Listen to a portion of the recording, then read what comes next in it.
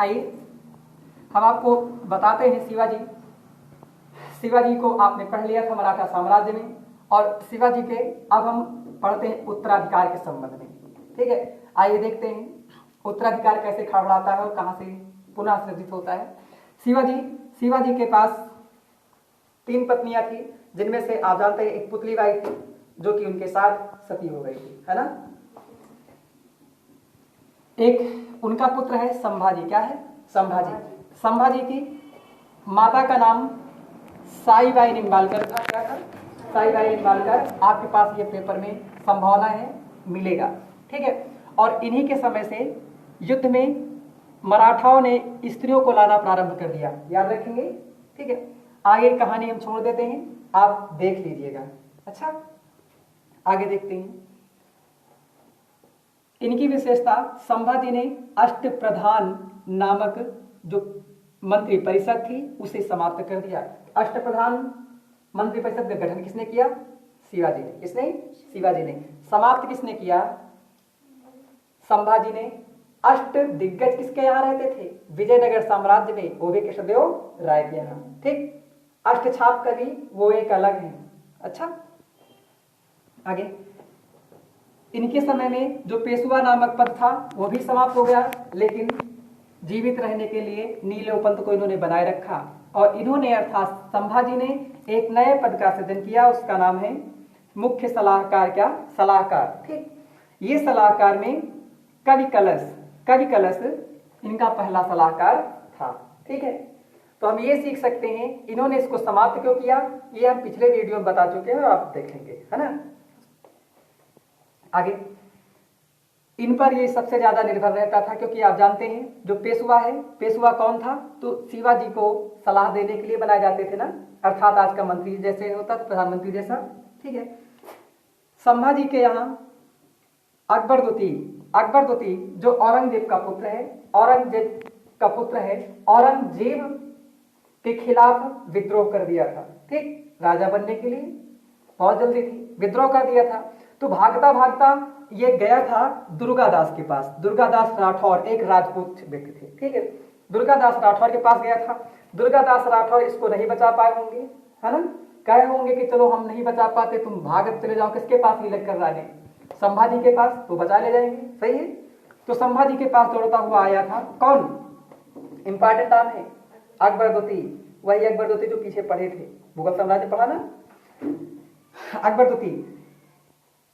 ये आया संभाजी के यहाँ, तो संभाजी ने इसको शरण दे दी। ठीक है, और इनके पिताजी अर्थात इनका बप्पा का नाम था औरंगजेब, वो पीछे पीछे दौड़ाए रखा था। और जैसे ही उसने पहुंचा संभाजी के यहाँ औरंगजेब, वैसे ही अकबर द्वितीय भागा। कहाँ को भागा? ईरान, अर्थात अपने नाना के यहाँ। किसके यहाँ भागा?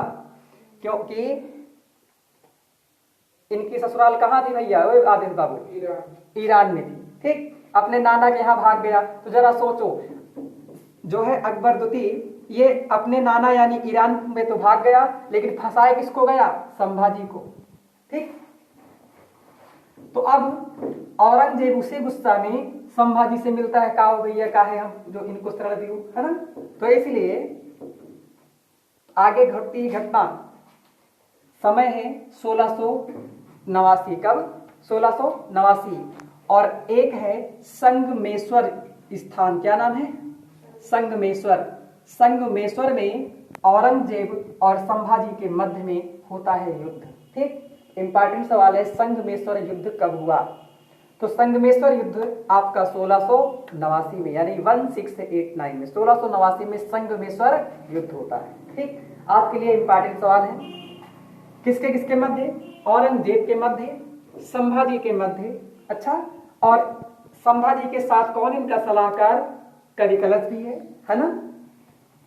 संभाजी और कलिकलश की हत्या औरंगजेब का सेना नायक, उसका नाम है मुबारक खां। क्या नाम है? मुबारक खां। इसने कर दी हत्या। क्या कर दी? यानी संभाजी और कलिकलश दोनों की हत्या कर दी। बात समझते रहे ना। औरंगजेब इस प्रकार से औरंगजेब के अधिकार क्षेत्र में संभाजी का पूरा साम्राज्य अर्थात मराठा साम्राज्य आ गया ना। लेकिन संभाजी की एक पत्नी है, उनका नाम है येसुफबाई। क्या नाम है? येसुफबाई। येसुफबाई है। और इनका पुत्र है साहूजी। क्या नाम? साहूजी। साहूजी अभी ज्यादा बड़े नहीं हैं। और येसुफबाई इन्होंने विरोध किया, औरंगजेब हुआ इनको टंगवा ले गया। क्या ले गया? टंगवा ले गया, अर्थात कैद कर लिया। ठीक, और कैद करके बहा दिया जेल ले जाकर साहू जी, और इनकी माता जी येसुफबाई को जेल में बहा देता है। समझ पा रहे हो? तो कारागार में काम खत्म, सड़े दुजने। ठीक, ये बेचारा कै साल तक? 17 साल 6 महीना जेल में रहा। कै साल? 17 साल 6 महीना जेल में था। सोचो, कब? 1689 में कैद हो रहा है ना। माता और पुत्र दो जने 1789 में कैद हो रहे हैं। 89 के बाद 90, 90 10 100, अर्थात 10-11 साल इधर हो गए, है ना। और साथ में सोचो, साथ में 1707 में औरंगजेब मरेगा, तो मरने के बाद इनको छोड़ा जाएगा। ठीक, तो 7 साल उधर और 10 साल इधर, 10 साल 17 साल और 6 महीना बेचारा जेल में रहा है। ठीक, लेकिन अभी इनकी माता जी और नहीं छूटेंगी, बाद में छूटेंगी। अच्छा, तो ये हो गए। इस प्रकार से देखा जाए तो शिवाजी की, संभाजी की जो माता जी थी साईबाई निंबालकर, इनका वंश का काम खत्म। काम खत्म, क्योंकि कहां हो गए? जेल में। कोई समस्या? आगे पूरा अधिकार औरंगजेब का हो गया। मराठा साम्राज्य पर किसका अधिकार हो गया? औरंगजेब का। तो हम ये कह सकते हैं कि मराठा साम्राज्य अंग्रेज मुगलों के अधीन हो गया। हो गया ना। लेकिन जरा ठीक से देखेंगे अब आगे हम। शिवाजी की एक अन्य पत्नी है, उनका क्या नाम है? शिवाजी की एक साईबाई निंबालकर थी, एक का क्या नाम था? सोयराबाई। क्या? सोयराबाई। इनके पुत्र का नाम राजा राम। ये राजा राम अब कब बनेगा? तो राजा राम जरा सोचो, 1689 से लेकर के 1700 ईस्वी तक। कब तक? 1689 से 1700 ईस्वी तक राजा कौन बनेगा? बचे ना राजा राम। राजा राम है कौन? तो राजा राम आपके येसुफबाई। किसके? येसुफबाई का जो पुत्र था, येसुफबाई का जो पुत्र था साहूजी, उस साहूजी के चाचा हैं। नहीं है? अर्थात देखा जाए संभाजी के भाई हैं, अर्थात देखा जाए तो येसुफबाई के देवर हैं, अर्थात देवर हैं। यही तो होगा ना। बात समझ पा रहे हैं? संबंध देखिए। तो अब वंश तो बदल गया ना, तो राजा कौन बनेगा? राजा राम। ठीक है। और राजा राम की विशेषता है कि ये बेचारा 11 साल में इतना परेशान, 10.5 साल में है कि हमेशा इसके अंदर एक डर बसा रहेगा, क्योंकि अब अधिकार किसका है? मराठा पर। मुगलों को हो गया। ये परेशान रहेगा पूरे समय और भागता फिरेगा, भागता फिरेगा, कभी यहाँ राजधानी कभी वहां राजधानी, अर्थात ये भागने वाला राजा में गिना जाएगा। ठीक है।